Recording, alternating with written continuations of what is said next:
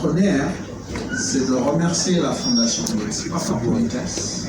Mais nous sommes une fondation. Nous ne sommes pas une entreprise qui fait du vaccin pour le vendre seulement.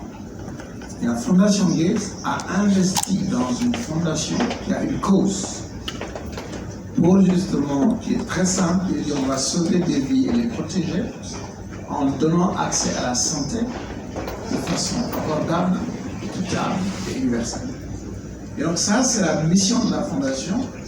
Et vous verrez que recevoir des subventions pour faire des vaccins, ce n'est pas que forcément pour faire de l'argent. Donc ça, c'est la première chose qui est importante parce que les populations qui vont recevoir un vaccin qui n'est pas cher, qui est sûr et qui traite cette notion d'équité. Le deuxième élément que je voulais donner par rapport à ça, c'est de dire que la question que vous posez, entre autres, est la confiance qu'on peut avoir dans les vaccins.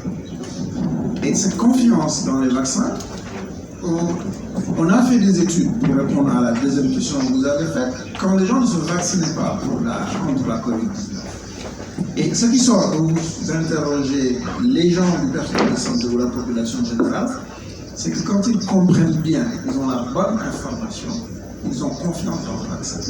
Entre les gens qui voulaient et qui ne voulaient pas, ils ont passé de 50 à 94% de gens qui disent nous allons prendre le vaccin.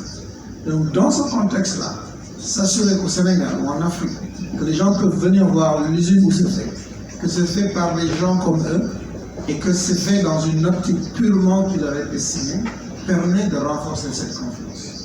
Le troisième élément qui est important, c'est de dire que ce qui fait douter des fois les populations, c'est qu'ils ont l'impression qu'on ne s'occupe pas de leur propre. Or, la technologie ARN messager est excellente dans ce sens qu'elle va connecter directement un problème de santé publique aujourd'hui, une émergence d'un virus, pour tout de suite rentrer dans une dynamique de recherche et de production qui va réduire le temps pour que ces vaccins puissent régler un problème qui est leur problème directement. Et non seulement le permettre de le régler, mais donner le savoir-faire pour que ça règle d'autres problèmes. Et donc ça aussi, ça renforce la confiance. C'est-à-dire que les recherches sont faites pour prendre en charge le problème local et aussi que c'est très important que les capacités locales puissent être vues, voir qu'il y a une dynamique purement africaine locale qui drive tout l'agenda. Et ça contribue à renforcer la confiance. Le dernier élément que je voulais dire, c'est l'importance des sciences sociales dans ce que vous dites. Ce que je trouve formidable et remarquable dans la technologie que Quantum a développée, c'est ce que je crois qu'on dit ça en français, les Anglais appellent le turnkey technology. Ça veut dire qu'on n'a pas besoin d'avoir 10 doctorats pour faire marcher la machine.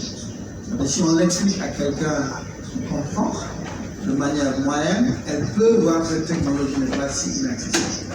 Et ça donne non seulement une plus grande facilité pour nos pays, pour former les gens, mais aussi ça donne cette accessibilité à ce savoir qui est très complexe, mais qui justement, parce qu'elle est accessible, peut être vue, discutée par des anthropologues. Nous, dans notre institut, on fait venir des anthropologues dans les laboratoires, on leur explique les choses, et finalement, c'est eux qui nous apprennent comment apporter et approcher les populations. Donc cette collaboration est importante pour la zone pour d'autres partenaires, et ça a été important pour la zone. Désolé d'avoir été long, mais la question est importante. Thank you.